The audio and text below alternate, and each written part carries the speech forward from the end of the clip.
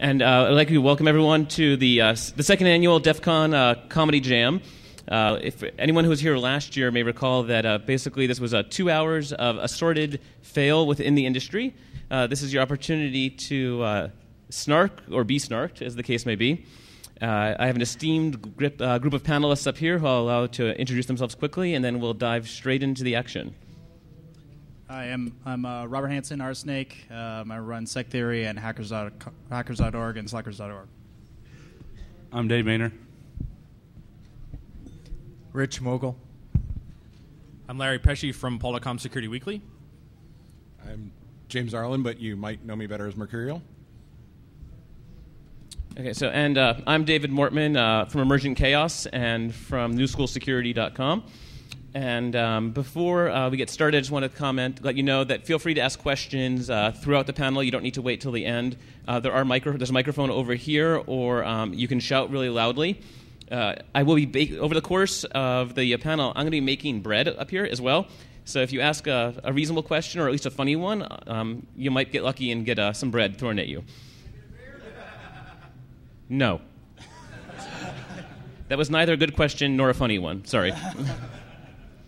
Okay, so we actually, like I said, the theme of the panel is fail. And for those of you who remember last year, Chris Hoff was here, and he did some wonderful bulleting for us. And unfortunately, he was not able to be here because some other conference called away instead. So our first fail is that Chris was lame and didn't show up.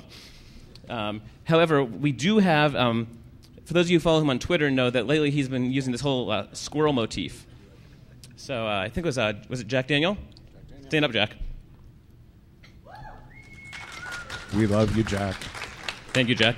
We brought a mascot here, a representation of Chris. It's anatomically correct.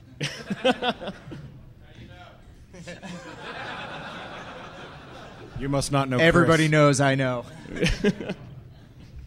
Man crush. That enough said. Okay, so for those of you who have been following Twitter recently in the last couple of weeks, there's been an event coming. I think it's tomorrow night. There's going to be it is tomorrow night, correct?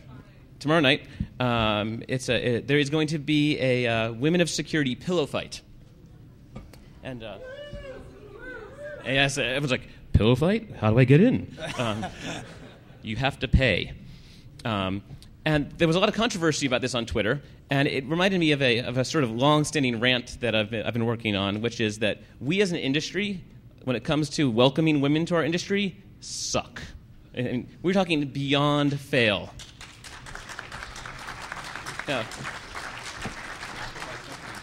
Now, the impressive thing is, as individuals, I have discovered that we all do a great job being very welcoming, but yet as a group, we fail terribly. And in fact, I was talking with a professor at Stanford a while back, and they said, the great thing about hackers is they're just like the beatniks in the 40s and the 50s, and so they love to wear black, they love to smoke, and as a group, they think that they don't hate women.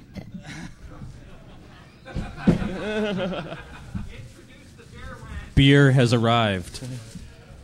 Thank you, Martin. Beers are courtesy of Martin McKay from the Network Security Podcast. And we're going to be getting our money back on this from the government. So, thank you, Martin. Wait, is there a beer bailout now? After this much beer, we're going to need bailing out, dude. The Clunkers for Beers program.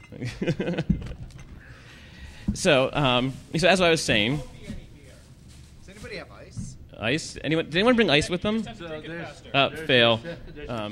So anyway, so as I was saying, so as an industry, we really fail here, though. As individuals, we try. We could try harder. And I think we could do a lot better as an industry if we were a lot more diverse. So I'm going to take a little survey.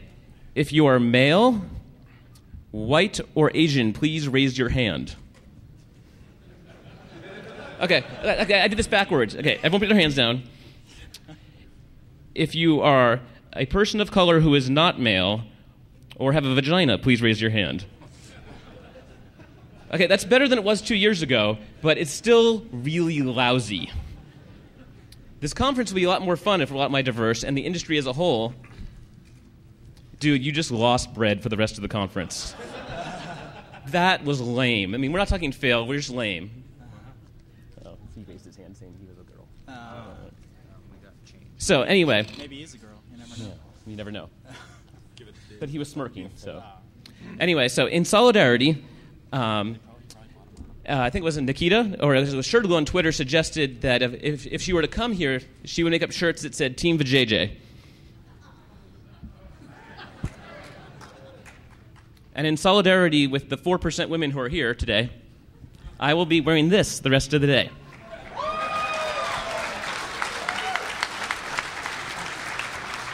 So you're gonna take the same comments other women do with the take it off.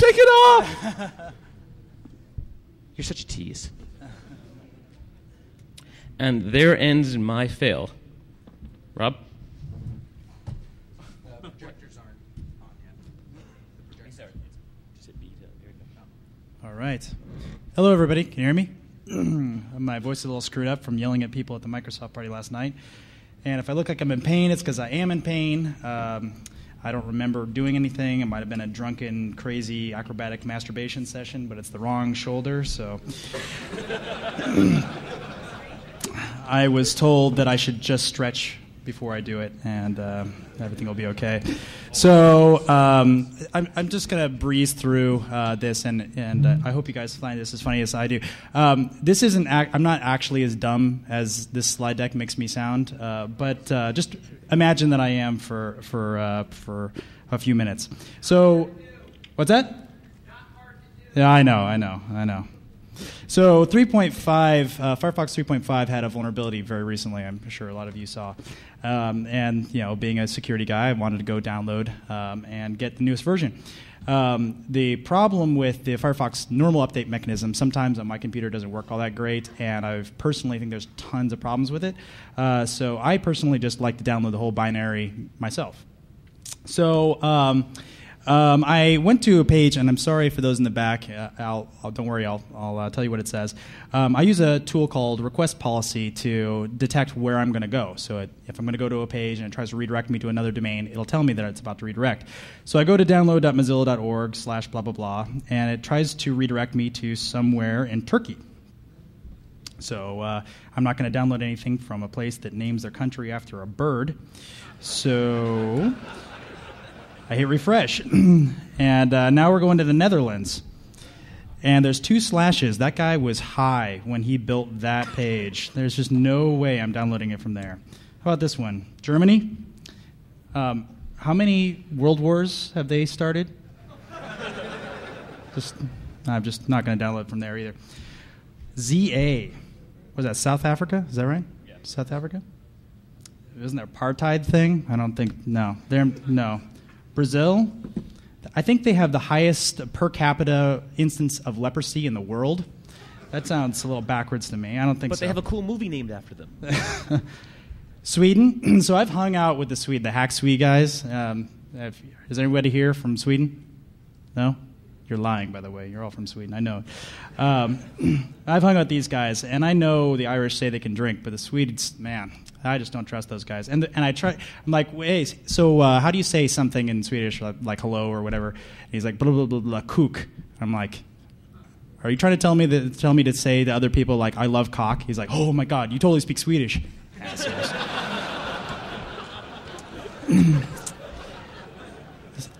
.ie. So that's Ireland, yeah? No, IE? Yeah. Ireland? Yeah. So I've hung out in Ireland, too. And those guys, they like to drink a lot. Don't get me wrong. I still think Swedes drink more. What's that? Someone said, oh, all right.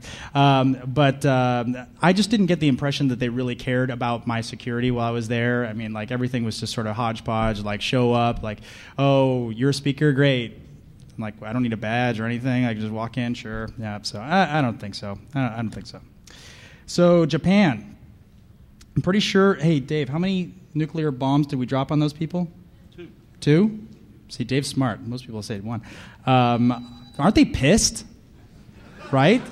I'd be pissed.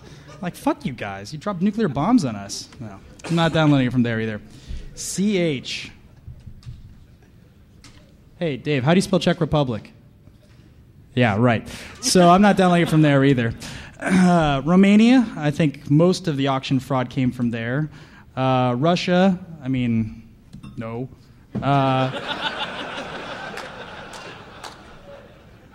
I mean, Canada, well, I mean, they're pretty close to us, I guess. Celine Dion, though? Don't blame Canada. No. So said the Canada guy. That's right. It's the ass hat on the topic. So, okay, .edu. All right, so it's in the United States probably, right? Probably. So that's good, except I learned how to hack when I was in college. Didn't you guys? Right? I'm not going to download from somebody. I probably hacked into that. No, I'm not going to do that. ES, Spain. So the only thing, I've never been to Spain. I don't know anything about it. But I do know that they have live animals running through the streets. Seems a little backwards to me, so no. CZ. Which one's that one? That's Jack. Oh, I got the wrong one. What was the previous one?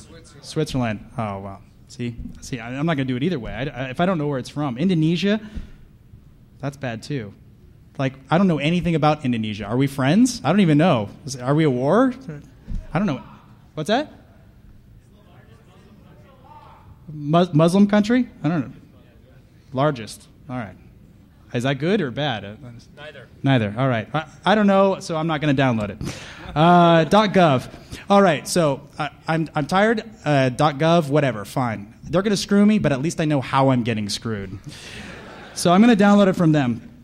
But here's the little problem. It's over HTTP, so that's not particularly secure. So I'm going to have to do something like get a hash. So I start by typing things into Google to try to find hashes.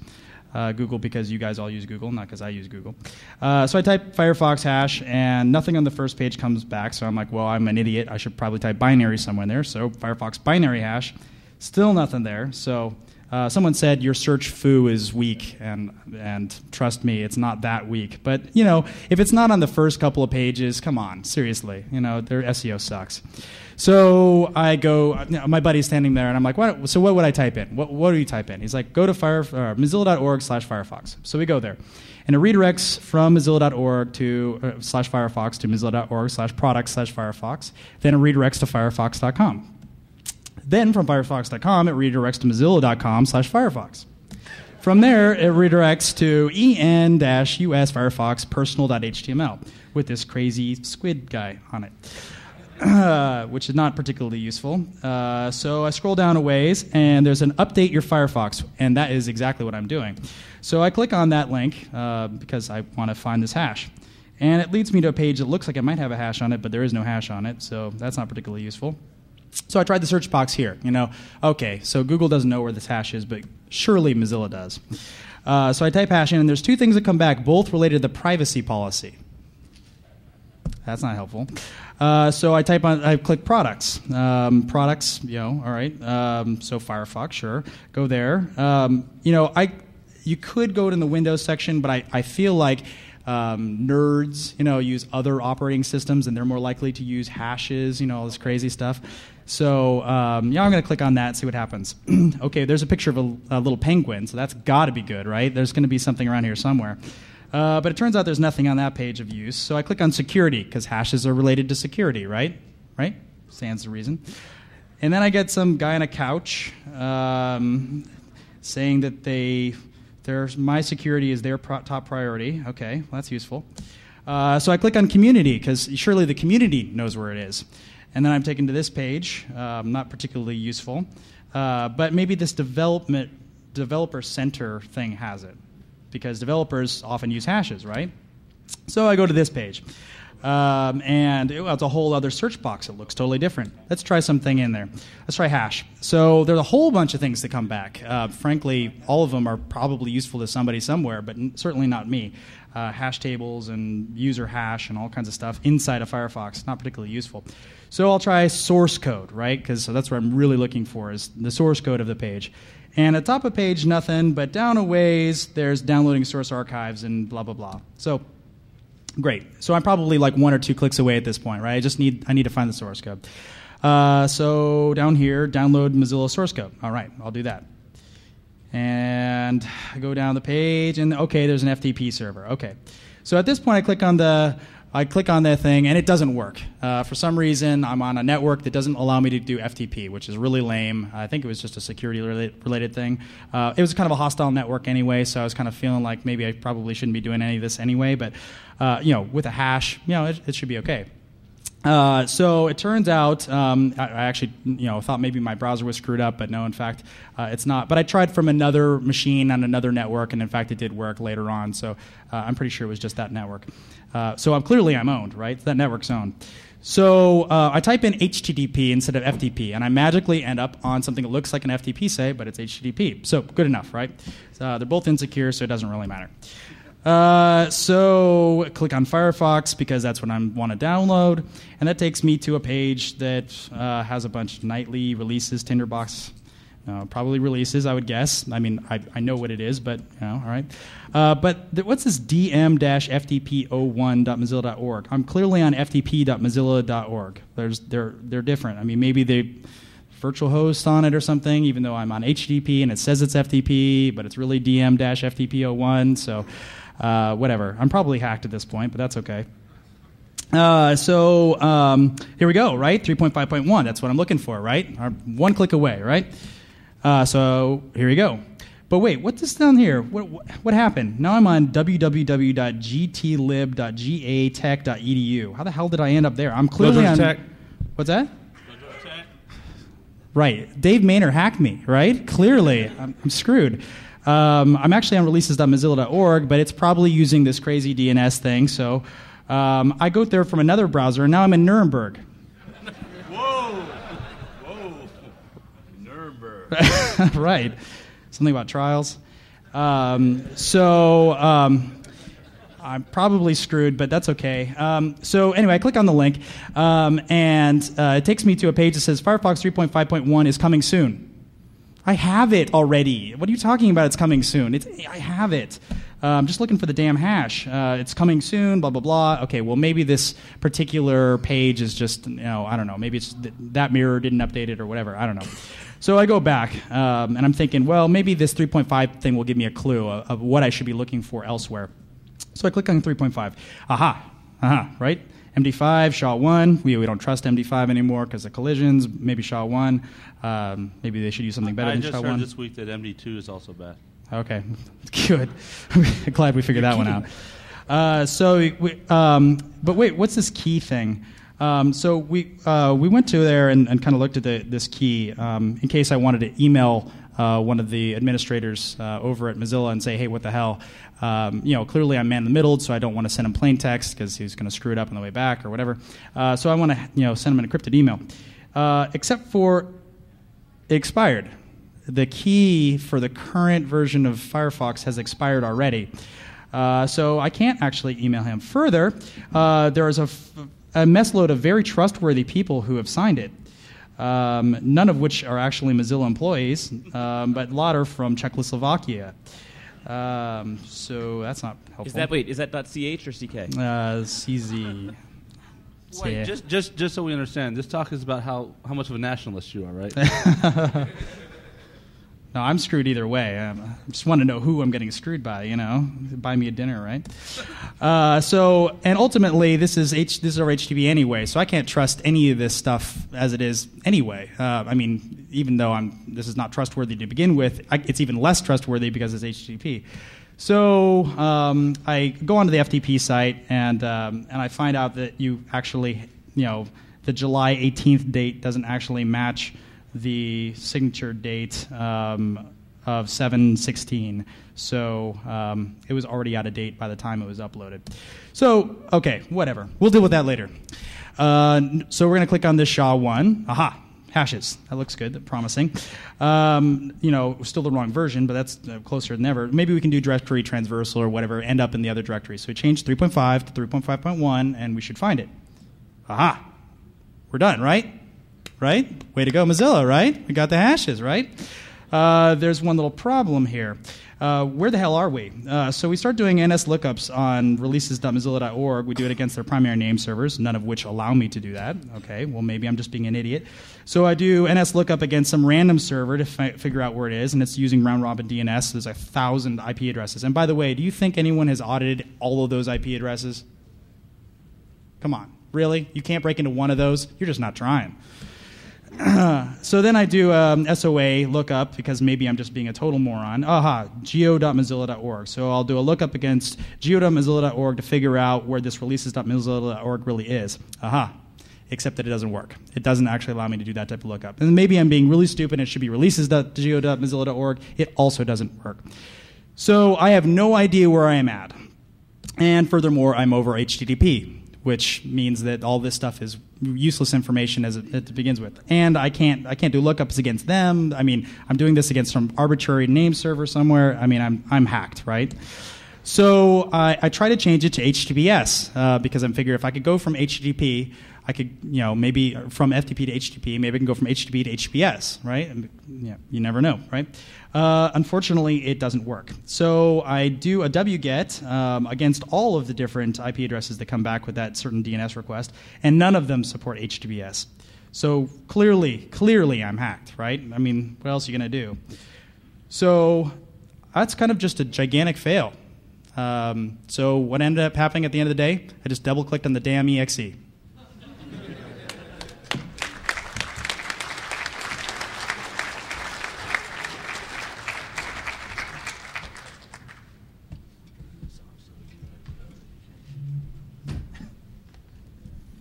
Well, Dave is setting up. We're following Twitter up here because we're that geeky. You can either address things to any of us directly, or you can use the hashtag #EpicFailDefcon, and we will attempt to answer your questions on the fly. And by the way, I want my $5. Wait, $5 for what? Hit, I did.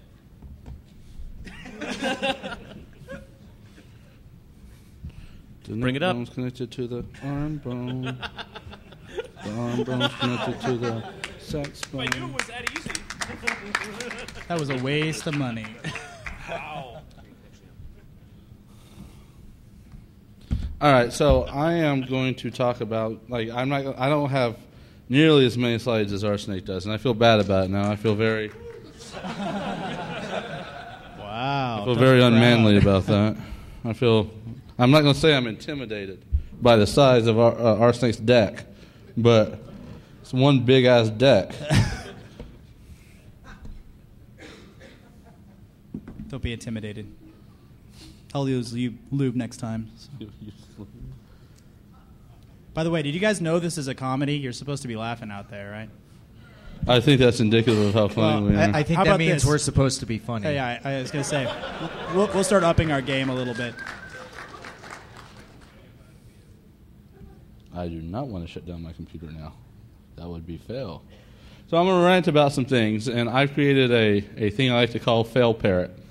And I wrote an article for Dark Reading about Iran because I'm sure, as everybody remembers, Iran had a nice democratic election not too long ago. And as everybody recalls, it turned out great. And then immediately, people started, for some reason, these dissidents started twittering about a stolen election or something. I don't know. No, that was in the 50s, wasn't it? The Democratic election? Oh, wait, sorry.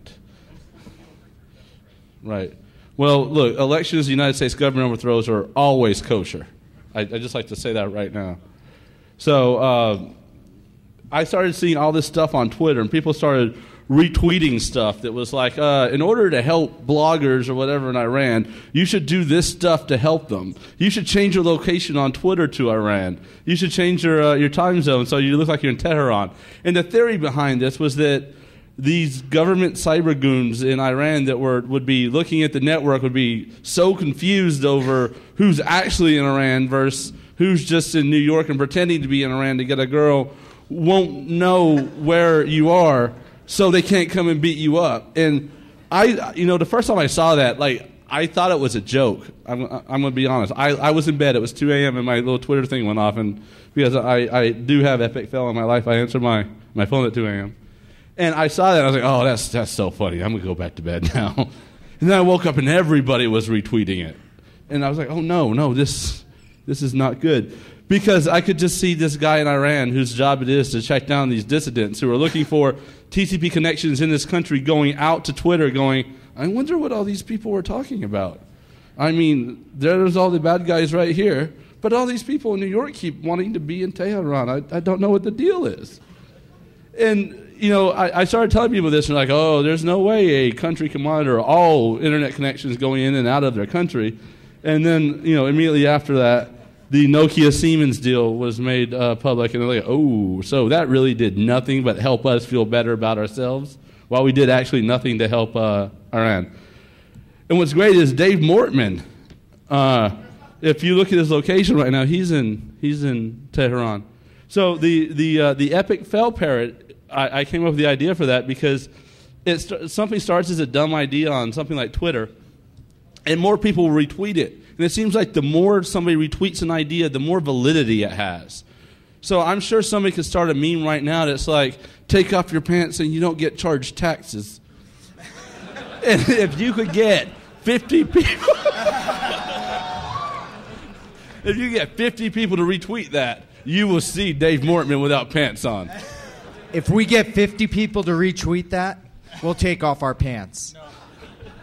I'm not... No, we won't. Wait, I'm not wearing any underwear. Neither am I. But we expected that. Right? So I thought that was funny. And if you go back and you look at the people that were retweeting, it's like, supposedly industry luminaries like Tim O'Reilly were like, this is how you help the Tehran bloggers get around suppression. And I can just imagine like the Iranian secret police beating people up and going, oh, what are these people in America doing? I don't get it. Keep beating harder. So, one of the things is before you retweet something, I mean, it might sound like a good idea, but check it out first to make sure it is actually viable. Which brings me to my next point. The iPhone. Who here has an iPhone? Who here was worried you were about to get owned by an SMS virus worm vulnerability that was going to take over your phone, kill your kids, blow up your house, and while it was at it, give all your money to Obama? Right? Yeah, there's some people out there like, all that other stuff's fine, but not Obama. There's one person, I saw them right back there, they're like, we're above 50 it's not tweets. funny. The virus is called Good Times, right? Yeah, good times. So the first thing I saw is it was a fact, and people started retweeting that if you jailbreak your iPhone and you go in and you set the permissions on this one application called mobile SMS, you're safe. And the problem is, I mean, that sounds great. And like, if you don't know anything about this bug or something like that, you'll be like, well, all right, I'll do that. So the problem is mobile. The way the iPhone works is there's an application called Com Center that reads the SMS out of the baseband, puts into a database called sms.db. The mobile SMS will take it out of that database and display it for you. So the bug that we're talking about was actually in Com Center, which means that if you stop mobile SMS from running, that's like putting on a condom when you're done. It doesn't help you at all, right? So then the second one, and this started being retweeted everywhere, was I'm gonna call AT&T and have them disable my SMS plan, and if I can't get SMSs, I'm safe. The problem is an SMS plan from someone like AT&T just means that you're now in a computer that will route external messages to your phone. Your phone right now, regardless of what you do or what package you have or anything like that, is constantly receiving SMS messages from AT&T for various things like voicemail, network tuning parameters, various things like that. It's constantly getting SMS messages. And the problem with this attack is they could, in theory, spoof the service center, which is like the master node for where the SMS messages come from. So calling AT&T and disabling your SMS plan, once again, you're slapping that condom on after you find out you have gonorrhea. It doesn't help. So the last thing, and I like my little parrot. Actually, so this is a true story. This is how epic fellow panelist is. I found this picture on iStock Photo at 11 a.m. this morning when I wrote the rest of these great slides, and I'm sure you can tell. So does anybody here have a Verizon MiFi? Right? So there are these little black access points that you power it up and you'll connect to it. It'll route you out over Verizon Super network and whatnot. So I got mine and I looked at it and it had an SSID of like MiFi 2200 3EC4, right? And then I looked at the password and I was like, oh God, there's got to be some way to take that 3EC4 and turn it into like the password. And that would be great, because then if I ever see like the other person in the world that has one, I can totally break into their access point, right? So it turns out there isn't a way to do that. So that's somewhat epic fail on my part. I wasn't smart enough to figure out a way to do that. But while I was calling Verizon tech support, they were like, yes, that password's actually the ESN number of your device. I was like, wait, what? They're like, yeah, that's how we keep track of it. If you lose your password, you can call in and we can just tell you what it is. I was like, whoa. So I immediately clicked, hung up, called back and was like, hi, I lost my password. And they're like, really? What's your phone number? I'm like, well, because it's a Verizon MiFi device, I don't actually know what my phone number is. But I can tell you the ESN number. And they're like, oh, okay. And then they proceeded to tell me everything about myself. I was like, well, that's not good. So then I started collecting more and more MiFis, and these are two examples. And so the last 4 digits are obfuscated, but as you notice, the rest of the digits, they look a lot alike for the password, right? So although there's no way to turn that to take the hexadecimal and turn it into the password, there's only 4 bits of entropy in the password. So, or on some devices 5. It depends on what model you get. So it's pretty easy to just guess the password. You can write a program to do it in less than a minute or so. Which brings me to my Clear WiMAX device. And if anybody has Clear or WiMAX device, I have a little access, because they don't have OS X drivers, which is a giant epic fail. But they don't. They'll sell you a little wireless access point. You plug your USB card into, and it becomes like a wireless access point. It will route you out much like Verizon Wi-Fi. So I looked at the SSID, and it was myspot-D43. And I was like, ha, this reminds me of the Verizon thing I just failed at, so I'm going to be a little less optimistic. So I then looked at the password, which was 05CD43. I was like, wait a minute, I've seen that before. And I did an ARP-A. And if you notice the ARP address, the password is the last 3 octets of the ARP address. Right? So this was great, because I actually showed this to somebody earlier in the week at Black Hat, who is a technical consultant for something. He goes, well, that's not the same. You see, the 5 doesn't have a 0 in front of it. And I was like, yep, we're safe. So that's my epic fail. And I didn't, I just wanted to do something brief, because we all fail. Yeah. So thank you very much for listening. We're way past 50 on that retweet about pants. Way past 50. Wait, what? Way past 50 on the retweet related to pants. How many? Are you What are we up to? Way. So Rich, you suggested it. You're first, buddy. No, wait, where's my beer? I'm making sure it's tucked in. What the hell? We all know there's nothing there to tuck in, Rich. Come on.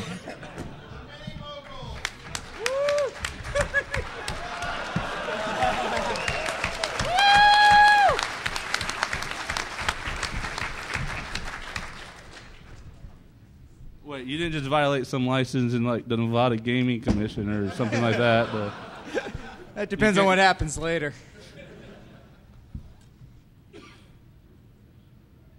Yeah, where's the champagne room? It's under the table. Speaker registration.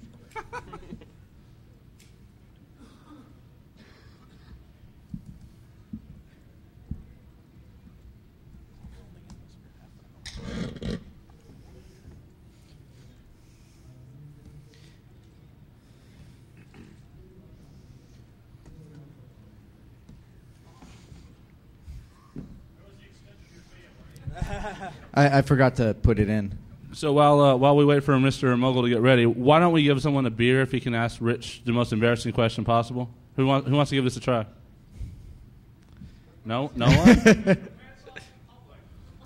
one? So this is actually a true story. When my wife and I first started dating, early on she established a couple of rules. The first 2 I will never reveal. And the last was that I am not allowed to get naked in public when she is still present. So I'm allowed to if she's not around, but if she's actually in the room, then no.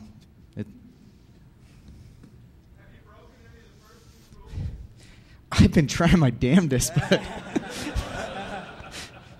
3 years in, and there's... Anyway. But he's still not over 5'7", so... Yeah.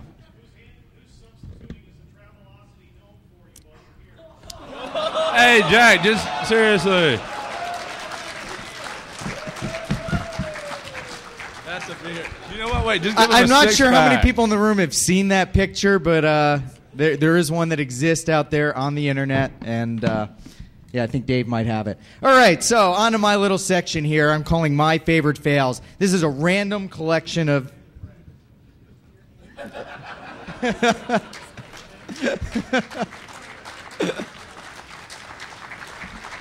Hey, Jack, do you know what Rufinol tastes like? No? Eat up, then. And this is brought to us by Evil Squirrel Enterprises World Domination Specialist. So the first thing I'm going to talk about, I'm actually not going to talk about technology to start with. This is still definitely security related, but before I got into IT security, I did physical security. So I was the security director at the University of Colorado for special events.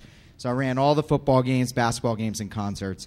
And then I also did some work in Denver and a few other places. So probably the first fail is having a 21-year-old kid who weighed 138 pounds running security for some of the biggest bands in the business in the 90s.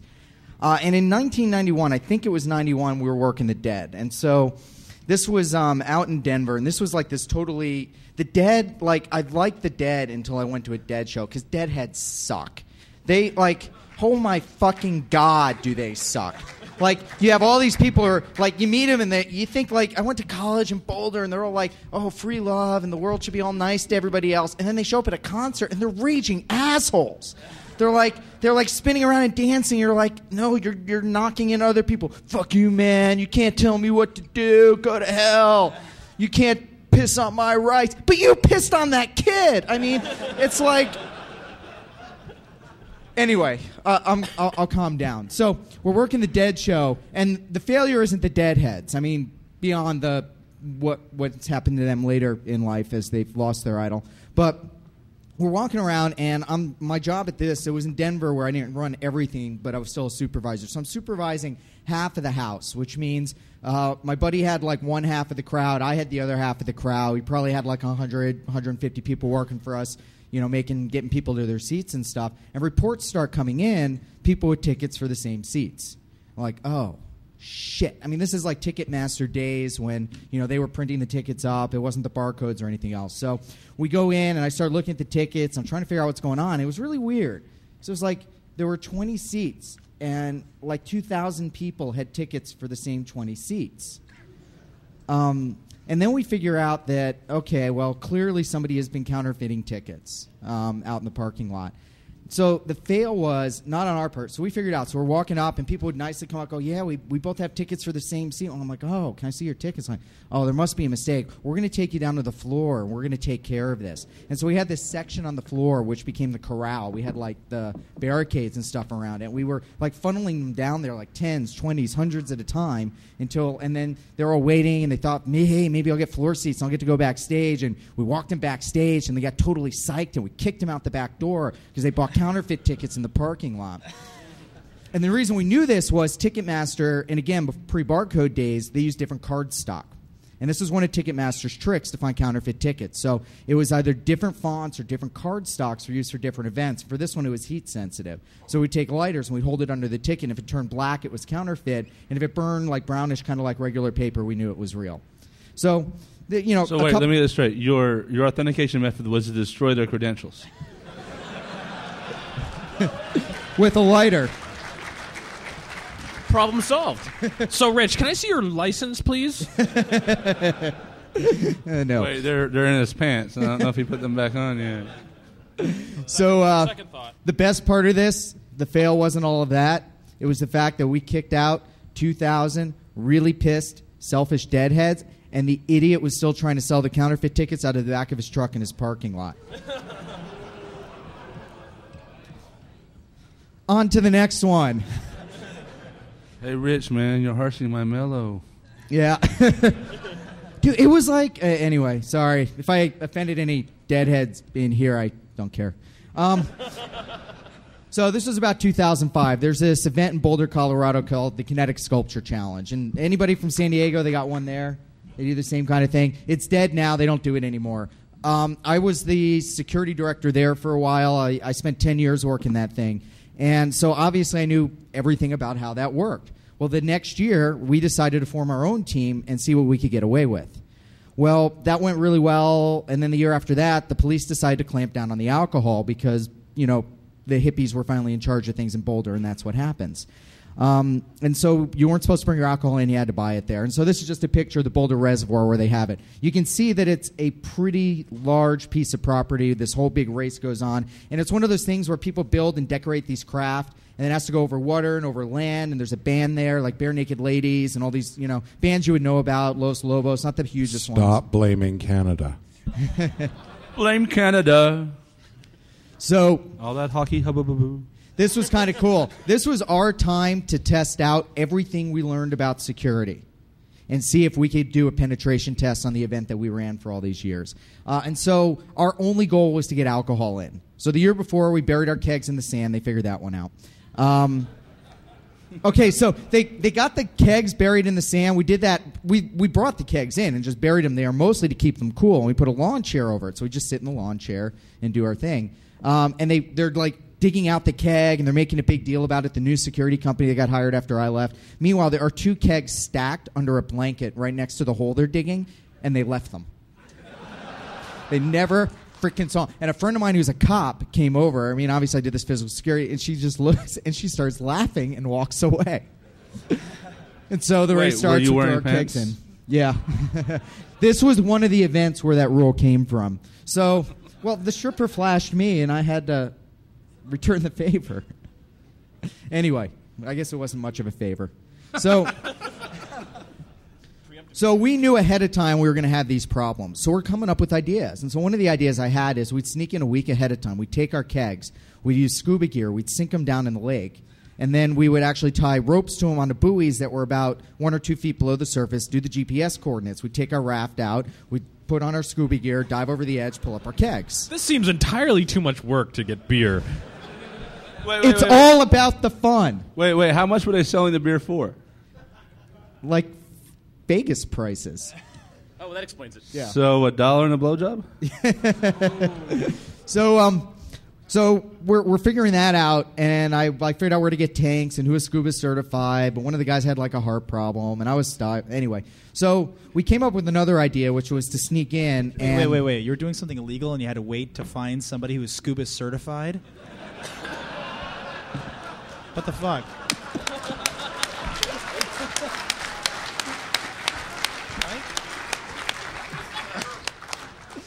Yeah, shit. It's kind of like we're going to go in here and kill everybody, but first we got to get the car out of the handicap slot. Yeah. So what we ended up doing was my buddies Scott and Will, who I lived with at the time. Will is another speaker goon. We're going to try and get him in here a little bit later. Or Scott is, but he's out doing something else. So they went out the night before, and we took Coke bottles and Mountain Dew bottles. And we emptied the Mountain Dew bottles completely and the Coke bottles halfway. Coke bottles became rum and Cokes. The Mountain Dews we filled with margarita mix. It was the little, the regular little bottles like this drinking up here. So, like that. So we filled a bunch of those up. We put them in a mesh bag, snuck out there, and they were getting tracked by the guys who were doing security in the evening, but the area wasn't closed. And so they managed, one of them distracted by digging holes in the sand. And then the other one sunk the bottles underneath the dock, so into the water. And so the race starts, and me and my other buddy, first of all, the next morning, my friend who was the cop comes up, and she's like, "You're going to love this." Because literally, they're walking around digging up our fake holes. And they're looking for scuba tanks. Because we let that rumor split. So the race starts, we run out, and there's all these people standing on the dock, so it's sunk. And so my buddy and I are like, "Get off the dock! Get off the dock! Get off the..." We're screaming. All these people are freaking out. They all run off the dock. And we lift it up, and we pull out our booze and go out on the lake. And that was our... I wouldn't say that was a failure. That was a success on our part, but it was kind of funny. So talked about it anyway. Let's talk about technology. I know. Total fucking non sequitur. Let's talk about technology. So I've had a couple of very recent failures. By the way, we don't audit this stuff at all. We have no idea what each other are going to talk about. So this crap ends up in the speech and bread and whatever. So I've had a bunch of failures lately. You may have noticed Kaminsky got hacked. Some communications of mine with him got nailed. I didn't get hacked, but as part of that. And the other one that was kind of bugging me. So, are you admitting that you did the hacking? Because you did get hacked? Yeah, I'm anti-sec. There you go. So I'm a fucking ex-Gartner analyst. What are the odds of that? Very low. Yeah. I was going to say very high. So July 20th, I wrote an article for Tidbits. I write articles for some Mac stuff. And I was trying to, I've been kind of knocking Apple a lot on security, and I was kind of excited about the iPhone 3GS that had the hardware encryption on it. I'm like, well, this is pretty cool. You have hardware encryption, you've got remote wipe, you've got PIN codes, and you've got PIN code wipe. So if you do your PIN code 10 times, you don't get it in right, it'll wipe the iPhone. That's great. I mean, that's pretty close to what BlackBerry has, full enterprise class device.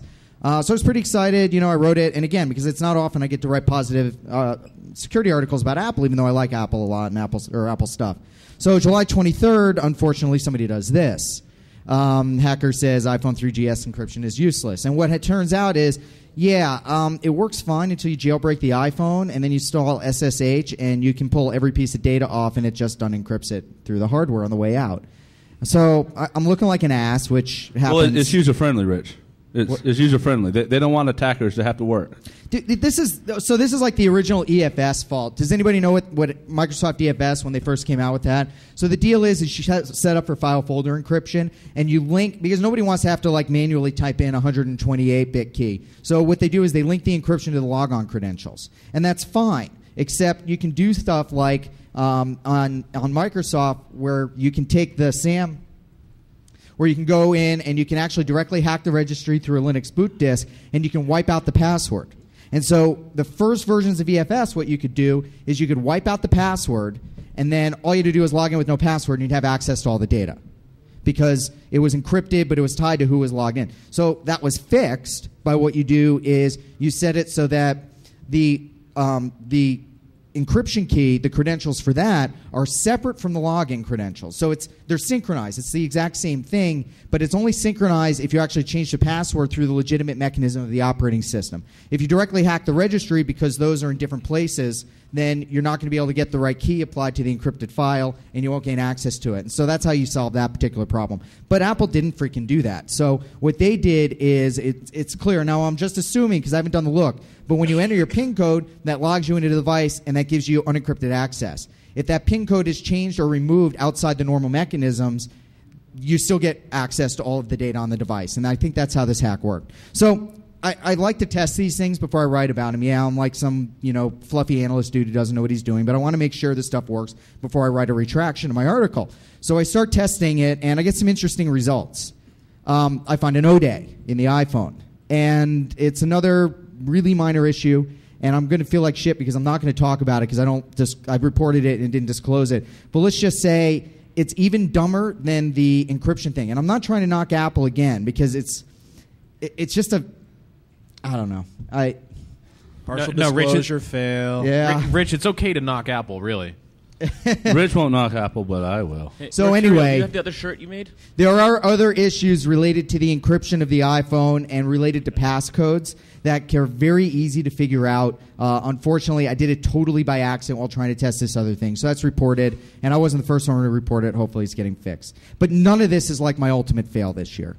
So last year at Defcon 16, I did this kind of like heavier project, which was I tried to build the ultimate evil twin, and I hope everybody here knows what the evil twin attack is.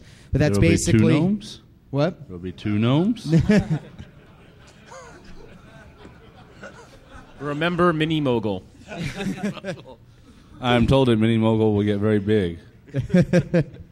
You missed that last year. So the evil twin attack, you make your own access point. It's kind of what Metasploit does some of this. You overpower the local access point. You go to Starbucks. You boost more power than they do. You de-auth everybody. You bring them onto your access point. You man in the middle them. You do whatever. And so I tried to kind of like take it up a little bit to the next level. So I hacked the wireless router. I put high-gain antennas on it, a 500 milliwatt booster on it. Set it up so that I could disguise it, drop it, leave it, battery operated. I'll show you pictures in a minute. And then multiple exploits. So when you connect it to this thing, it's try to exploit you 3 or 4 different ways. Because basically you would connect, and I used something called No Dog Splash, so you would get a connection screen that popped up. And in that, I had like 2 or 3 different browser-based exploits. So instantly by connecting this thing, bam, you get nailed with these 2 or 3. When I did the demo last year, I did it with Core Impact. You can do that with Metasploit as well. The next thing is you can do sniffing. I'll go into details of how I did that. And then you can do HTML injection, which is some other stuff I did. So I had the splash page with the exploits, and I think I did both Metasploit and Core. I can't remember. Then you have a redirection temporary page. And what happened was, and RSnake helped me with this, we had it so that it would flash a bunch of pages behind that you don't see, or it was actually iframes that we used, and it would just randomly connect to Google and Yahoo and a few other things. And if you had ever logged into those, we're doing cross-site request forgery and just sniffing all of those credentials, sniffing the information. We got addresses and some other stuff out of it. This was called rich jacking. Yeah, rich jacking. You got to have like rich jacking or fritching. Felching? Never mind. So. And keep in mind, all of this is different than jacking rich, which is, whoa. And now we know what happened to RSnake's other shoulder. How the fuck did I get on this panel? I wish it were that simple. Yeah. So then I had TCP dump collecting everything. Every 30 minutes, it would FTP it to my server at home. Here's what it looked like. I used WRTSL, SL, fail, DL, SL. With a Cradlepoint router, you can actually plug the EVDO. You can do the EVDO direct off of that, but the Cradlepoint was like the same size practically as the USB hub and was a little bit more reliable. And then a 500 milliwatt amp. And you'll notice it kind of looks in a weird thing because, and I had a separate thing for all the power on it. There's the battery to make it battery operated, fit in the backpack, how I kind of connected all that stuff in. And I hid it in some fake books. So, and you can tell he hid in books because Rich can't read. Yeah. So this is it. You'd walk in, you'd see this, maybe with a lamp on top, and I actually had it so you could put a lamp on top, route the lamp cord inside, plug it in, and route the cord out the bottom so it looked like it was part of the lamp. And then you could just leave this in an airport lounge or something else and just enjoy. So I had an idea of what to do this year. That was all my last year's stuff. I had a really, really good idea, minus the dope. I was going to do, a robotic evil twin. So I'm like, hey, why don't I take this thing, I turn it into a robot, and I can just drop it over a fence, and it'll drive up under somebody's office. It'll overpower their local Wi-Fi, and connect them into my stuff, and then I own them. And so I was thinking this in my head. What is that? Kind of totally had it all planned out. I thought, well, if that doesn't work, maybe it'll, be more like this. That's a Roomba. And really, it looks like this. Squirrel. Hey, I'd like to introduce you to the CIA's next Q, everybody. He designs gadgets so you don't have to. So this is the robotic evil twin. So what we've got is everything I had last year a little bit different. So I added a compass and sound sensor. So the compass sensor was doing the navigation. This is all inertial nav based on compass. Dave was actually helping me, or Maynor. We were trying to figure out how to do GPS via the iPhone. You'd have the iPhone do the GPS, and we could send Bluetooth commands in remotely. Kind of almost got it done, but that failed. Then it has the jailbroken iPhone, which connect to that wireless access point because that's got Metasploit on it. It's got the dev of Metasploit on it, so cool. Now I don't even need to worry about I've got Metasploit on there. I don't have to do that remotely. There's the hacked warp from last year, the battery in there, the EVDO, and then the Lego NXT and the wireless booster and everything else. So there were some failures along the way. The first failure was I assumed I needed a powered steerable front differential made out of Legos. Well, of course you did. I mean, we all did. I mean, it's only natural.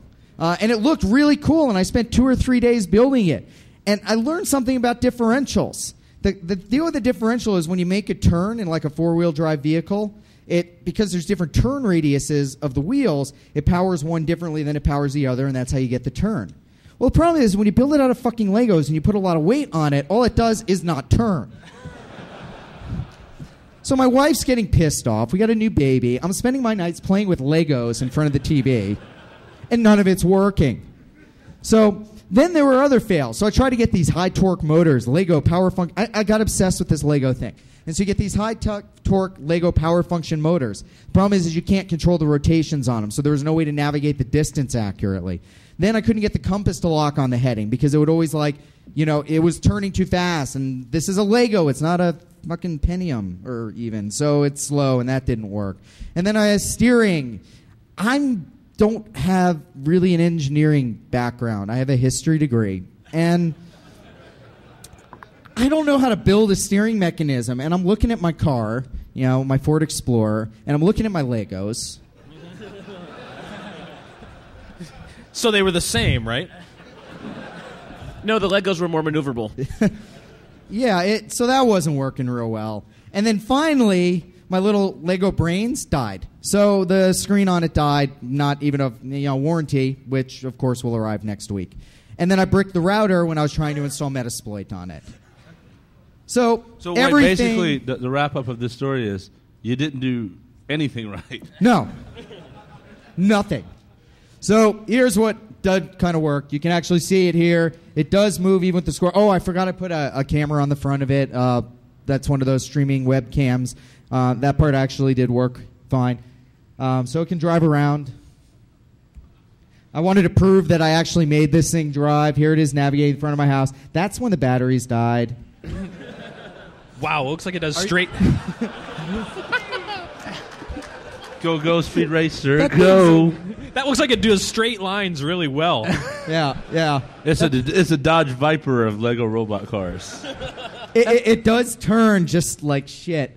Stealthy. And that was the driven by inertia. What are you talking about? So, you guys ever see the video in Iraq and they've got the pack bot and they throw it over a fence in the middle of Mosul and the thing flips over and it drives in? And that was in my head. And it was gonna happen. So do we get to see you throw this thing? Let's clear off the table. Oh. Clear back. I need to run. This doesn't have a recipe for disaster, does it?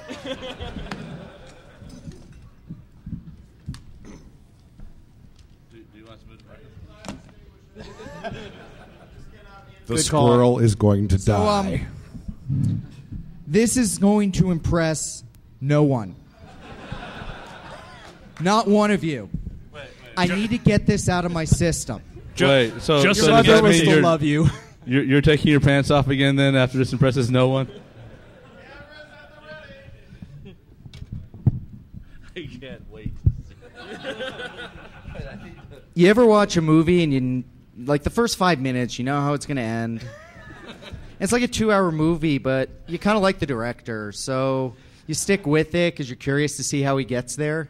That's kind of where we are right now.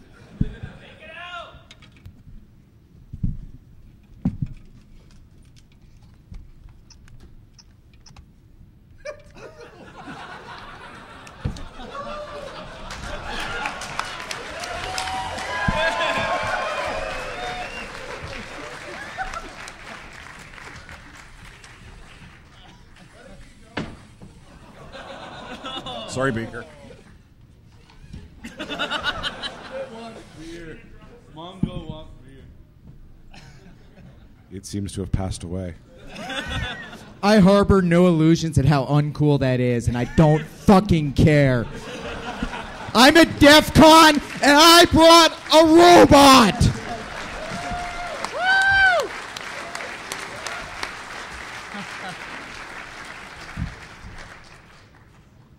Wait, I'm watch done. this. Wingardium Leviosa. Hey, it worked about just as well, didn't it? Oh, it has a delay. Whoa, not my beer. Not my beer. Quick, put it out!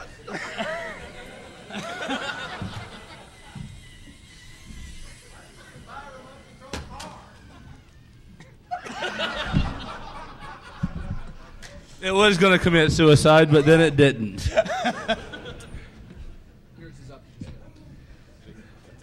We love you, Beaker. We miss you, squirrel. Okay, so while Larry's setting up, Beaker sent me some email from Boston. He sent some poetry for us. Go ahead. Yeah. Be afraid. Be very afraid. Okay. Apparently, Mortman feels quite virile while he's wearing a pink girl shirt while dissing the squirrel. RSnake, it seems, is up to old tricks, fucking up websites with bad JavaScripts. Martin McKay at last found his place, providing strange liquids for the hole in Larry's face. And then there's the Mogull. Did he leave his robots at home, too heavy to carry for such a small gnome? That leaves but just one more, and we can't forget him. Don't know if he showed up. The chances are slim. After last year's fail panel with pictures of a goat, tales of pen tests, and the dragons he smote. Hey, Maynor, how's it going? You feeling okay? Got anything worthy to impress us today? Sorry I can't be there. Miss my friends and the panel. I'll show up next year. Same def time, same def channel. Chris.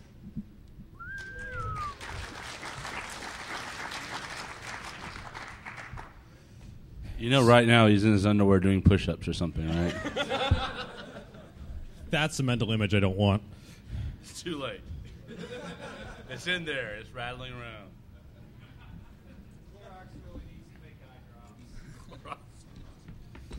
All right.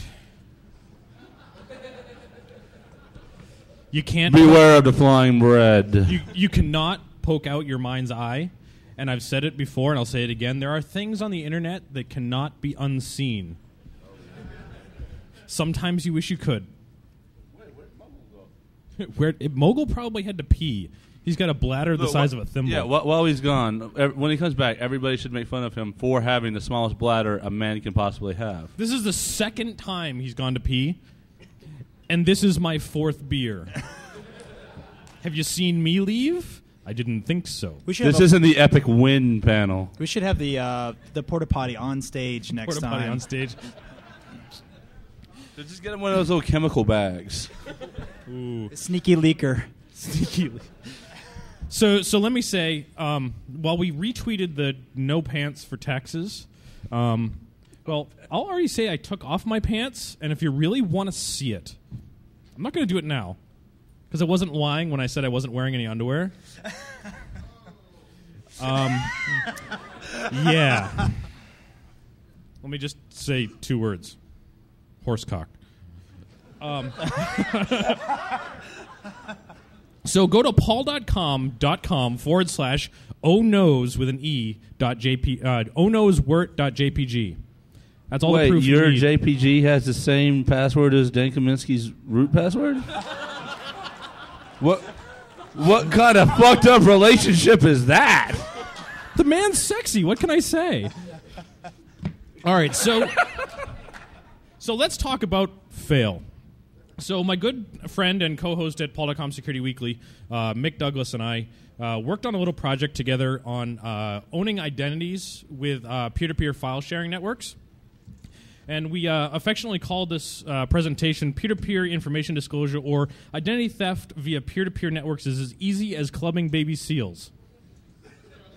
Yes, it is.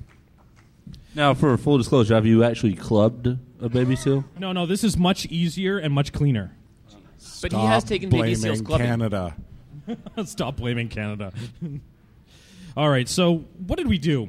We were talking about doing some preliminary research for doing some pen tests. How can we leverage peer-to-peer file sharing networks to gain information for recon, for doing pen tests and all that good stuff? So really, was there anything good still out there? I mean, are these boobs really still sharing stuff on peer-to-peer networks? As an industry, how is our education working to the unwashed masses? I mean, how stupid or educated are people that are using peer-to-peer file sharing networks? I mean, do I really need to ask that question? Yeah. So, yeah, this is Wait a minute, I have to interrupt everybody. I'd like to point out that Rich Mogull is now back. Oh, yeah.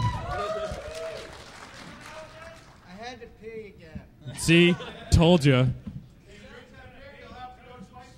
He just had a baby. Cut him some slack. All right. So why is this club like clubbing baby seals? It's easy.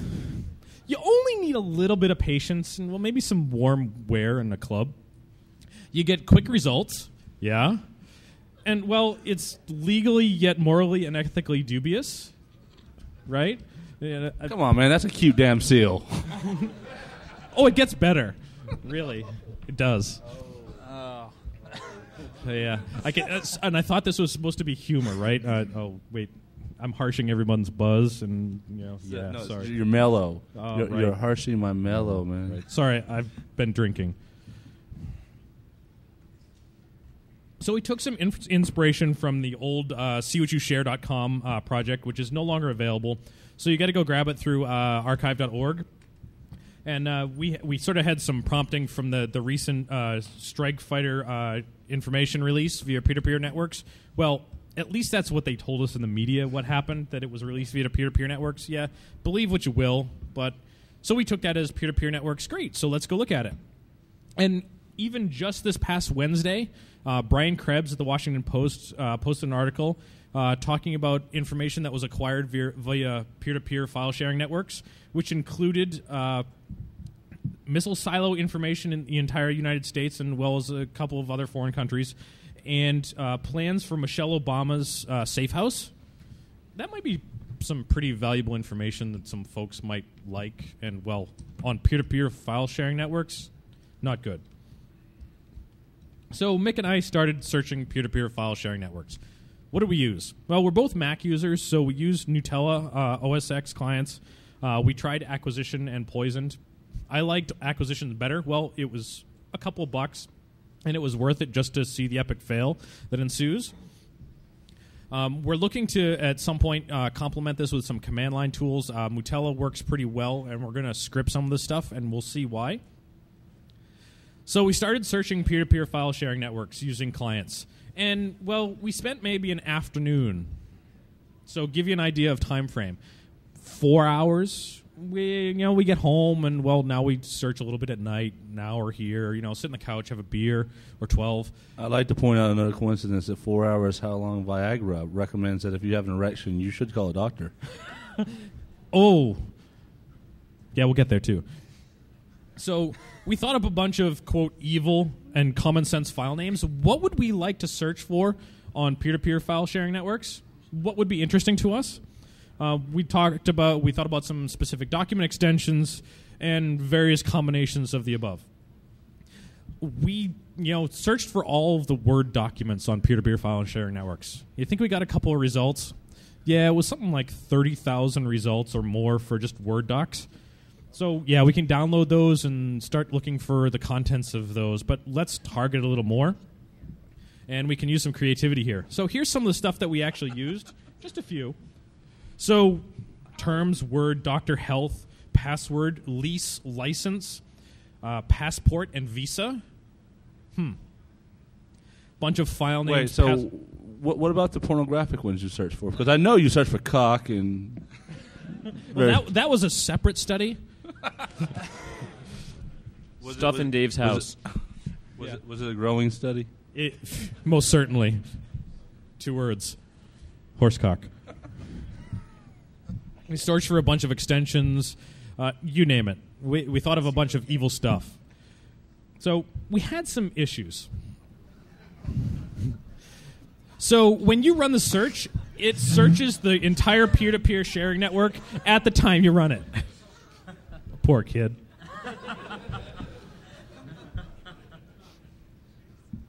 And now we have the laughter. Okay. So we were constantly having to rerun this search, hence why we want to do some command line stuff that we can script and do it at different times.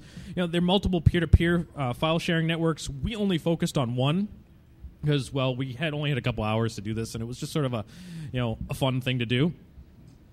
There's the certainly transitional nature of peer-to-peer file sharing networks. So what happens when little Johnny gets home from school?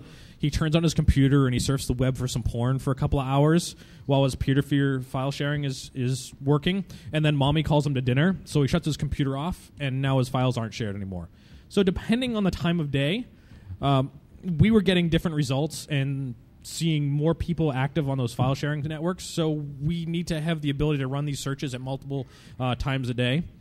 And if you think about geographically, that people in other countries other than the U.S., where we were located when we were doing these, are going to be searching and having their peer-to-peer file sharing network clients up at different times of the day. So I'm not going to get up at 3 o'clock in the morning to go do this because, well, I like to sleep.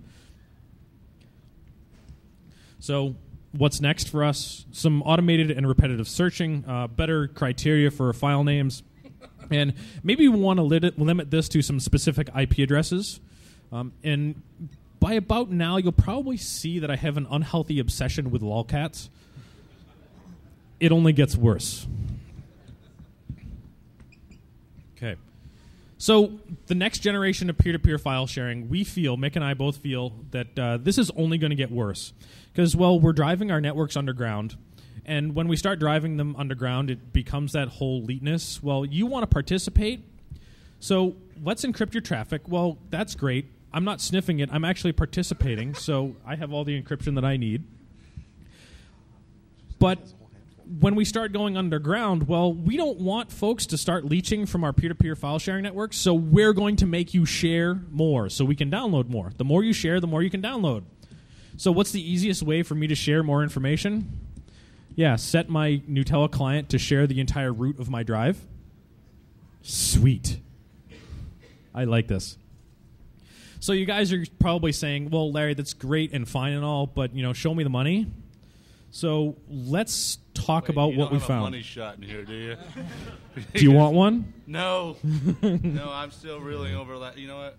Here's it. You know what? Take another one. No money. Man, I don't even have to take my pants off to get money. I feel good now. All right.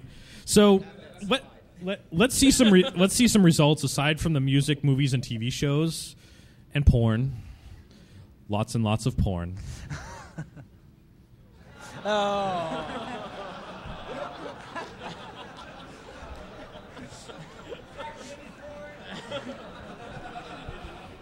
To be honest, isn't that recursion? Pussy looking at pussy? Or even better, as I heard from the audience, is that kitty porn?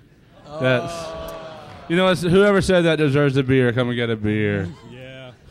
I need to see your ID, please. We need to know what government agent we're giving this to. All right, so no more kitty porn.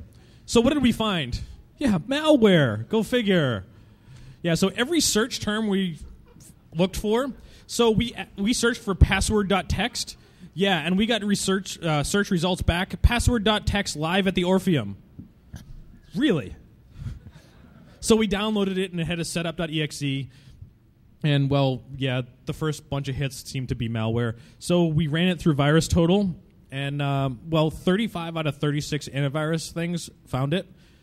Guess what antivirus you do not use? Dr. Webb, because it's the only one that didn't find any of this stuff. So wait, does that mean you're endorsing Norton antivirus? They have a gamer edition now, you know. Really?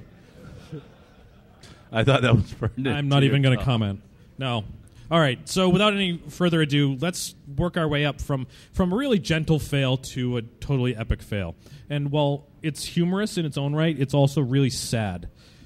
So we found a whole bunch of miscellaneous goodies. This was one of Mick's favorites. It's a scan of someone's exam, and at the very bottom you see where the text is sort of going sideways and they're getting really frustrated with the answers because they don't know shit. Okay, we also found some other miscellaneous goodies. How about a doctor's note saying that this particular individual wasn't able to work from these dates? And an employee review. They did all right. The interesting thing is that the name is blank, so what do you think? They photocopied it and just did it for everyone in the department? So not just for the boss. No. So how about this one, the 2008 Cheerleading World's event schedule? Wait a minute. Did you find the 2009? But even better, they have all the names for all the judges with all of their travel info and emergency cell phone contacts. Thank God. We can finally take down the cheerleading industry.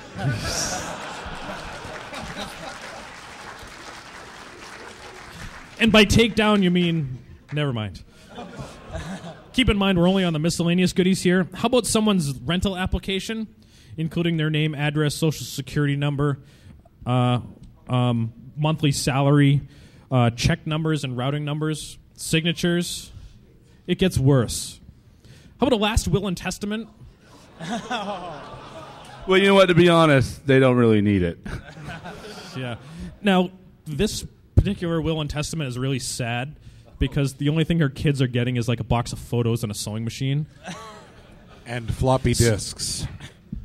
No Viagra here. Retirement planning. I really feel sorry for this particular couple because they need something like $877 a month to retire by the time they're 71. That's a lot of... I don't know about you guys, but I think that's a lot of money to be putting away in my retirement fund every month. $877. If they want to retire by like 61 and have a decent amount of pay, they need to save something like $8,000 a month. I don't know about you, but I don't make $8,000 a month. You know what? Roulette. That might be a better gamble. Look, every movie I see, at the end, they put the money down on black, and it works. Done. So, speaking of clubbing baby seals, that was pretty easy, right? I know. We do not audit this. He's just sleeping, right? Sleeping, right. That's what I'm going to tell my 2-year-old, sleeping. Yes. So it gets better. How about taxpayer identification numbers? Yeah, we found those too. And not just 1, but 2, 3, 4, 5, 6. Yeah. I like to play this game, thanks. Were these all from the same site? Yeah, these were actually all pulled from the same machine, and it gets better. You want to talk about fail? $392,323 earned by this family last year. Social security numbers of the filers and their children, names, addresses. It gets better. How about the account and routing number where their refund was deposited? Someone in Troy, Michigan made $300,000. Someone in Troy, Michigan made $300,000. I think this is fake. Okay, I'll take that. Here's another one. And another one. 109,000 kids. That's more realistic for Troy, Michigan. So this one was Modesto, California. They got to be poor. I don't even think that's a real place. 109,000 in Modesto? Yeah. How about another one? Ludington, Michigan. They get a refund of $741 with their routing account. Who is Mr. Tooman? What's that? Mr. Tooman. You tell me. Okay. $10,000 tax return. I'm just saying you probably should have blurred that out. Sweet. Oh, social security numbers, $103,000. An effective tax rate of 12%. That's not right. It's getting better. Now, you think I might want one or two of these? Yeah, I only found one. But that's okay. All I need is one.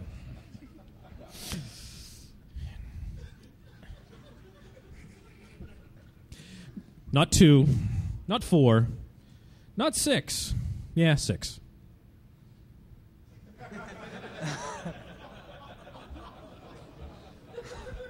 Anyone even want to be an Oriental family coming to the U.S.? Seriously. I've always wanted to be an Oriental family. You too can be an entire Oriental family. Fake ID, anyone? Sure. Here's 4. Oh. Wait, so you're saying you just found all this stuff on P2P? Yeah, in about 4 hours. So you notice that one of these licenses doesn't have a name blurred out because it was too precious not to. Dude's middle name is Raunchy. Yeah. You found your brother. I did. This is just on one network. One Look on at New that Network. hair. Tell me you wouldn't do her. Come on. I mean, that's beside the point. Right, is look this at the better? hair. Is this better? Come on. Anybody want to go to Hawaii? I personally love this one.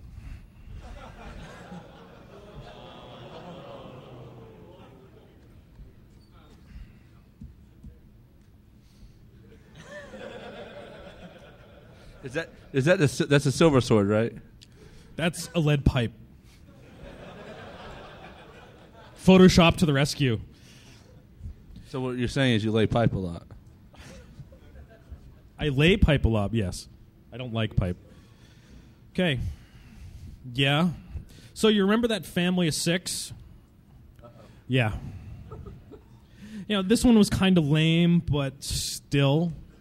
Why? How about a couple more? He's got a mohawk in his passport picture. That's a faux hawk.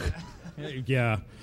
And I got to tell you, this next one is actually kind of really lame because, yeah, we got Paris Hilton's passport, but it came from parisexposed.com and it was in someone's peer-to-peer file sharing directory. I really don't know why we felt the need to actually redact her information, but we did anyways. I mean, because Lord only knows that she doesn't do a lot of redacting herself, right? So here's where it gets Who is that old man? So here's where it gets really scary. We have the sad tale of Mr. N, and that's the best we're going to refer to him as. Mr. N was a decent student in Iraq for anesthesiology. We've got a copy of his transcript from school. He graduated. He did pretty well. He decided he wanted to help the U.S. coalition forces in Iraq. So he made an application. We've got his name and address for his family in Iraq. Wait, you're not going to get this guy killed, right? No. I hope not. So he applied to assist the coalition forces. It worked out really well for him because he got a letter of reference stating what he did, including translation services with mobile units while actually in combat. So he rode along with combat units and provided translation services. Because of this, he actually kind of had to pay a little bit of a high price, and it's really hard to see, so we'll quote an excerpt from it. Because of his involvement, he is forced to live a secret life that he must hide from family and friends to protect them, as well as himself from torture and certain death at the hands of terrorists. We found this on a peer-to-peer file sharing network. So Mr. N applied for asylum here in the U.S. to come to the U.S., and here is his application for his visa, including the location of his family, who, by the way, he hides from to protect them from torture and certain death at the hands of terrorists. Yeah, so let's take a minute to really let that sink in. And now we have Mr. N in the audience to confront us. Come on down. You're the next contestant on the... Never mind. So think about this. We found in about 4 hours stuff on peer-to-peer file sharing networks that this gentleman, Mr. N, helped the coalition forces put his family at risk and put his stuff on the internet so that the terrorists who wish to kill and torture he and his family can go search for it themselves. Yeah. What's that? I can't hear you. Ice? No. Vanilla Ice no longer performs. It's a good question. I don't know if they know about this. We did send a letter to this gentleman to let him know that his stuff was being shared on peer-to-peer file sharing networks. Wait a second, though, but... So speaking of which, that's, talking about the ethics. I mean, do these folks really know they're sharing it? Probably not, because, they're probably a bunch of morons. Really? I mean, think about the average computer user that uses peer-to-peer file sharing. Yeah. We don't think that they do, and in 90% of the cases, we have addresses for these folks, so we've sent them letters via the U.S. Postal Service to let them know that this information is being shared, and we have not heard back from anyone at this time. Yeah, but so let's say you're sharing your information on a peer-to-peer network, right? And you get a letter one day from an anonymous source saying they found your information on a peer-to-peer network. Mm-hmm. Wouldn't you just assume they hacked into your computer? Possibly. We have lawyers and we have insurance, so yeah. Did we leave a forwarding address? I had no idea. We have not heard back from anyone. We have the addresses of the family and so forth from the applications, and we're doing the best we can, honestly. So let's talk about the defense. Fuck that. This is Defcon. Yeah. All right. I'm going to talk about the defense a little bit, only because I thought this was really interesting. So the Brian Krebs article that came out Wednesday linked to a company called Taversa that will provide professional services for your company. You pay them, and they search peer-to-peer file sharing networks for your intellectual property and so forth. Great. They also have services for individuals, such as these morons that we found their stuff on peer-to-peer file sharing networks. The problem is, in an ironic twist of fate, you click on the personal services link and it's 404. Wah, wah, wah. So, in conclusion, apparently our security education isn't reaching the unwashed masses. That makes my job really fun. And it gets me on a panel at Defcon. Okay. So, really, how do we accomplish some of this stuff as an industry? I mean, or do we care? Clearly, sharing stuff on peer-to-peer file sharing networks is bad, and everybody shares too much. There's legislation to change this stuff. Jesus Christ. I forgot to put my belt back on. Rich, you need help? Dave will help you. I was leaning over to say something really, like thought-provoking about how Yeah, thought-provoking, yeah. right. Then I see Rich with his belt. It wasn't thought-provoking. It was provoking. In any case, the goods are out there. And so if you want some more information, this presentation will also be available at paul.com.com, and you can follow both Mick and I on Twitter. And big thanks to Mick for working on this presentation and this research with me. So I hope you had fun. And now I'll turn it over to our next guest.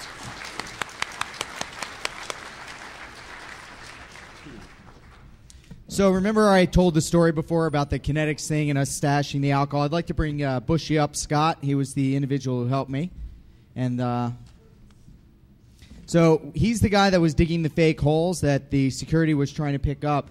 And the reason I brought him up here is because he's never going to talk to me again. So his epic fail is thinking I wouldn't tell all of DEFCON that today is his birthday and he's trying to hide it because he doesn't want to get too drunk tonight.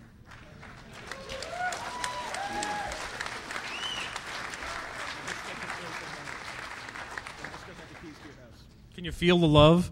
Yeah, he does have the keys to my house. So Yeah. Hey, Rich, you still got your pants on, buddy? He does know the alarm code. That is all. So when you see him around at the parties this evening, Happy birthday to you. Happy birthday to you.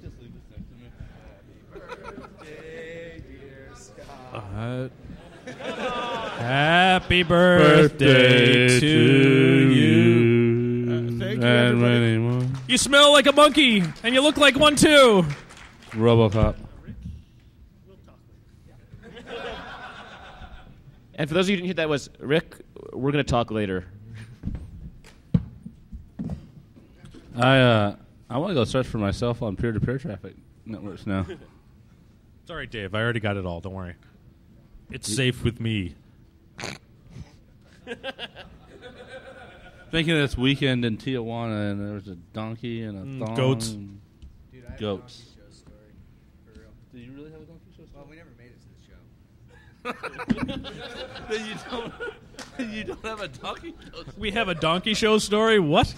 All right, here's my donkey show story. So I'm 18 in Juarez. And this can only go wrong. Anyway, I have not hidden this. And so, you're trying to go, look, I'm 18. Rule number 2, Rich. Strip clubs Rule are number legal. 2. Alcohol's legal. I was in Navy ROTC at the time. So me and my buddy were basically the drivers are like ridiculous. They see the short hair. They go, donkey show, donkey show. And finally our friend's like, and we're drunk. He's like, yeah, come on. All right, we hop in this cab. We pay $1. So we're in the back streets of Juarez at this point where people disappear. And pulls up to a house that's not even a full house. And we walk in, and it was clearly a bordello. And we were told we make our own show with the women, with the big dude with the shotgun behind the thing. And we left. So that's the end of the story. Not that exciting. So we never did go to the donkey show. You know what? For that, I think you should have to take your pants off again. Dear God, get away from me. So speaking of fail, laptop fail? I just came in and someone was talking about donkey show. Can someone fill me in? No. You really don't want to know. I think it's a myth. Asinine? Yeah. I need the adapter. Wait, asses and donkeys? Dave, What? can you VGA adapter?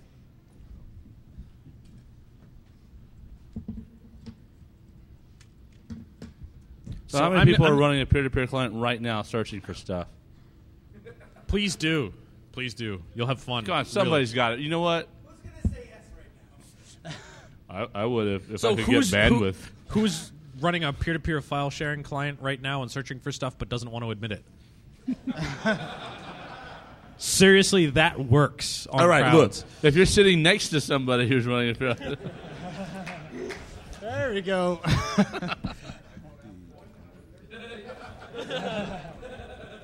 All right, so while we're waiting for this, has anybody tried different tones with their badges yet? Because it seems like with my speaker badge, if we play an 11,200 hertz tone, it started blinking in what looked like either Morse code or binary.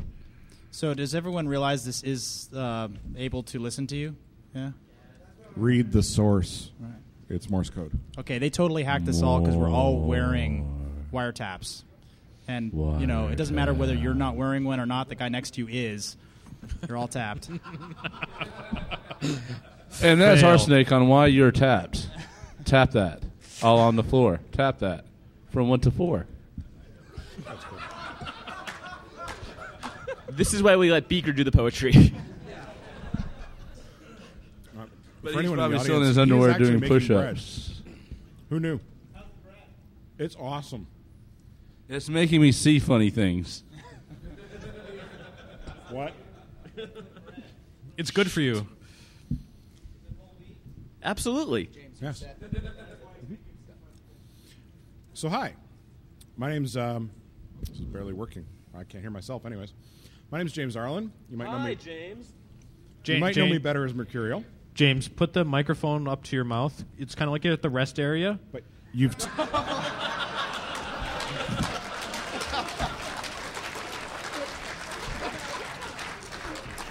Self-referential fail.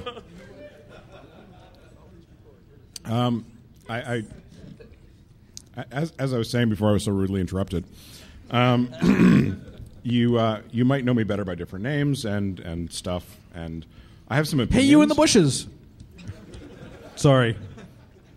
It's amazing how interestingly you get pwned your first time doing this with these folks. I really just need to lose your any respect of shame whatsoever. Dude. We're entirely good with that. So the security industry is, we're completely fucking ourselves. That's my whole point right now. The problem is that we never really examine ourselves. Some of you may have noticed some news that happened this week where we didn't do a good job of examining ourselves. That's all I'm going to say about that part. So in the past, we had lots of security. Security was easy because you could point at it, you could touch it, you could feel it. You're not talking about security, are you? I know what you did last summer. We had guilds, we had seals, we could obfuscate things. Hey, seals. We occasionally had physical security. Rich. Computer security is more difficult. We've had this bread is awesome. We had theories. We did a lot of work in the 1970s. We had Multics. The U.S. military did awesome stuff. Cambridge University did awesome stuff.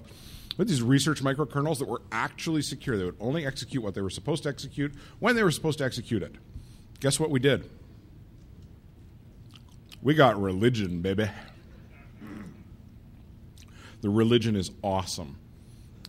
Everybody in this room is completely suckered by the religion. Well, I'm Catholic, so I know I am. Pwned, baby, pwned. So everybody knows what religion is, right? We had to introduce religion in this talk. Oh, we got a hand up here. Somebody wants a beer. A distraction? I might actually buy that.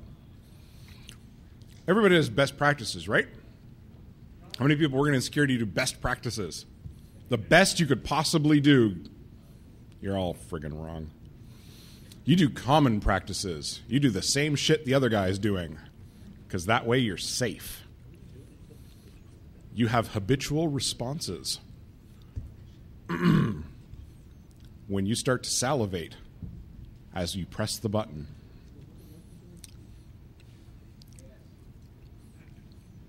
Do you really think that adding more blinky lights and shiny things is making your shit more secure? According to tipping point, it is. Well, I mean, I'm sorry. I'm sorry. Which religion are you part of? Gladwell. I find this interesting. One of them has 3, the other one has 6, the other one has 25. Rich is an ass. I am also an ass. You're a certified ass. You're an application security specialist. Yes. So is Jack Daniel. And in fact, he is wearing an ass hat. He's got an ass hat. Yes, he does. It's got an ass hat and everything. Cannot underestimate the curmudgeon in the crowd. That does not count whether or not you are gold, platinum, silver, or whatever. That is 25 certs, baby. Do you have any of those certs? Hell no. And you're not certified. I am a certified ass, and in a minute we'll get to a certification problem I have. You're supposed to tell everybody that they need to be a member of the same thing that you're a member of. Being a member of a club is very important. I'm not sure what else they do besides setting themselves up as members of clubs. I tend to question being in a club, and at the same time, it's almost sad to admit it, I'm in a friggin' club. I don't know how it happened. A bad day, I think. But, I mean...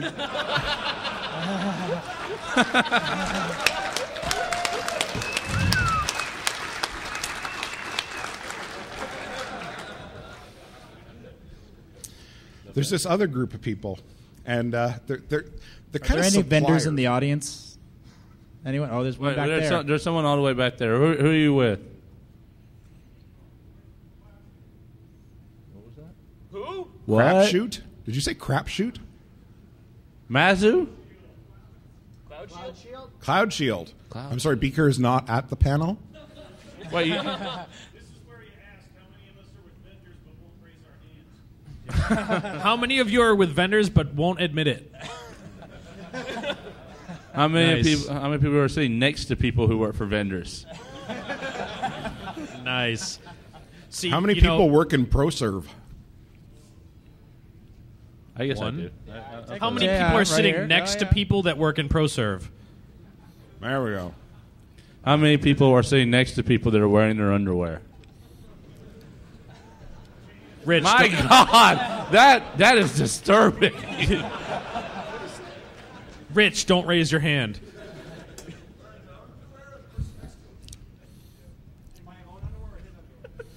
At this point, who really cares? Do you sell hardware or software? Do you love your blinky lights? I love my blinky lights. Are you part of the pundit and media group? Shit. Half this panel is. We're all You all know about the dogma thing, right? the shit monster. That's exactly the one. Your dogma ran over my karma, or your karma ran over my dogma. It happens. It happens to all of us. Drunk. The point is that it's completely frigging arbitrary. Have you met your iPod data thief in the company that you work for? You ever had an iPod connected to a laptop and you freaked on their heads because their iPod was connected to their laptop? What do they do with their laptop at the end of the day? Take it There home we and connect go. their iPod to it. Sec Barbie wins with the they take it home. Which problem are you trying to solve? Complex passwords. How many people memorize their passwords? I memorized your password.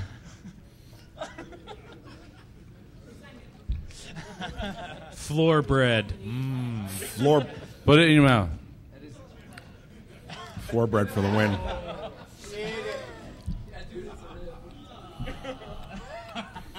How many people have used blood on the wall metrics to solve a problem? Yeah, that works. How many people say no habitually? Wait, no to what? Because my instinct is just to say no. That's not what you said last night, Dave. Well, look, I gotta. Never mind. I'm very worried about this guy. How many people stop at the end of logical security? Have you ever walked around and looked at people's desks? Holy shit. How do you define logical security? Only exists in the computer world. As soon as you print it, you're not responsible. No. It happens. So we need to fix this. This is my call to all of you to stop failing epically. We need lots more individual contributions, lots more R&D. R&D doesn't lead to blinky lights and shiny things either. No, I refuse to believe that. I read in the magazine just a couple of days ago. Let's go back to pundits and media and how they're screwing you over for good. Fuck you. Says the former Garner analyst. Please read liquidmatrix.org for your Security Digest needs. We need to move to an age of enlightenment. Woohoo! This happened once before. Don't know that it's worked out so well, so I'm going to give you an easier path. And frankly, because I fail myself, we need to admit that we have a problem.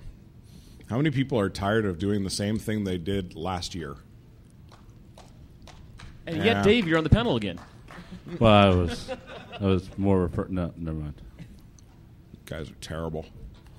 How many people realize that you're doing it to yourselves? You I like to do it to myself. I think that's what happened to my shoulder. I You do it get to less myself. diseases that way. Yeah, I do it to myself over and over again. Like, Look, I got to be honest. I've been saying this to Rich Mogull this entire panel. I think he just did it to himself. which I can't understand why. All I'm saying, 2 words. Horsecock.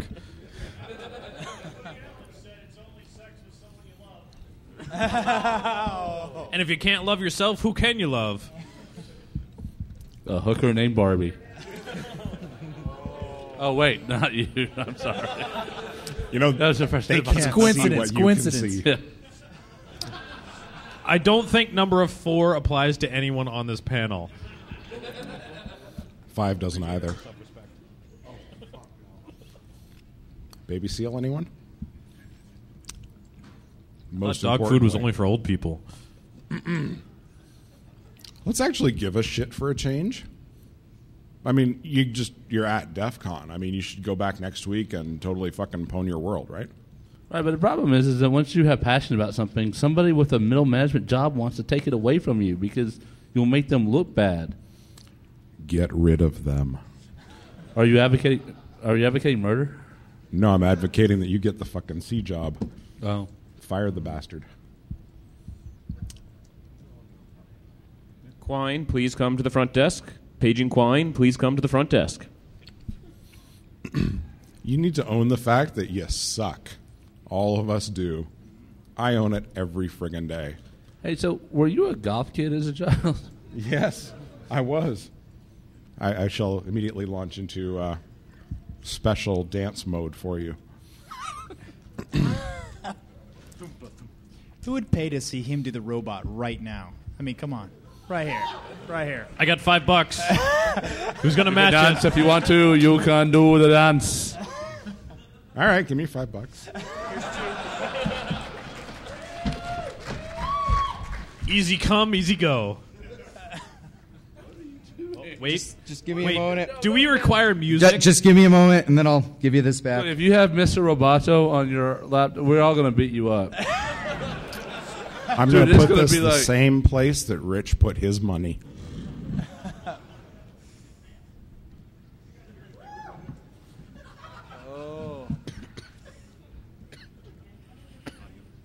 No, there's no audio on this one.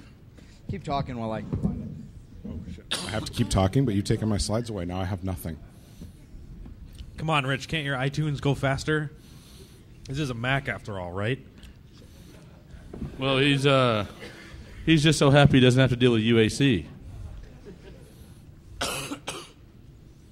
Scrolling, madly scrolling.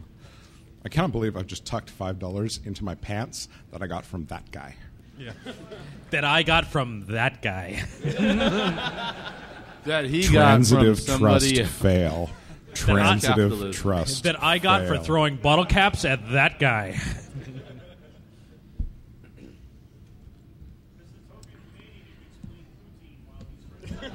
Poutine.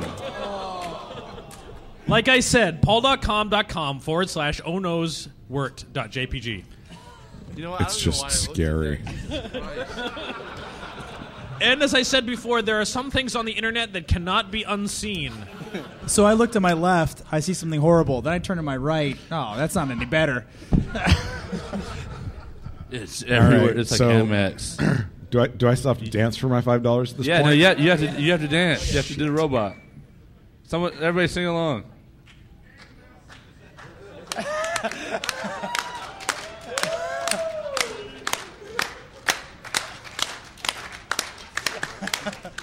This is the part where, much like Rich Mogull, I fall off the stage.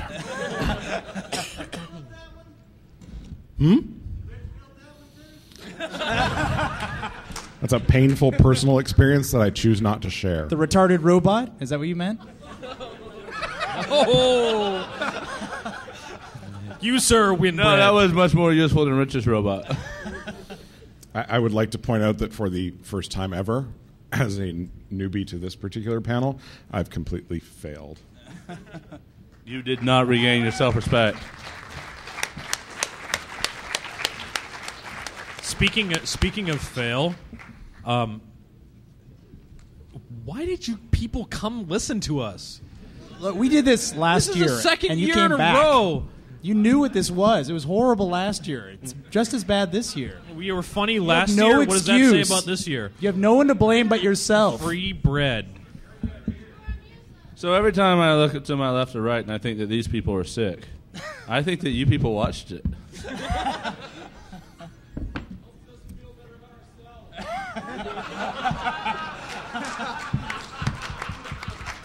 Come And get some next, we're bread. going to have the largest nipple contest and see which one of our panelists has the largest nipples.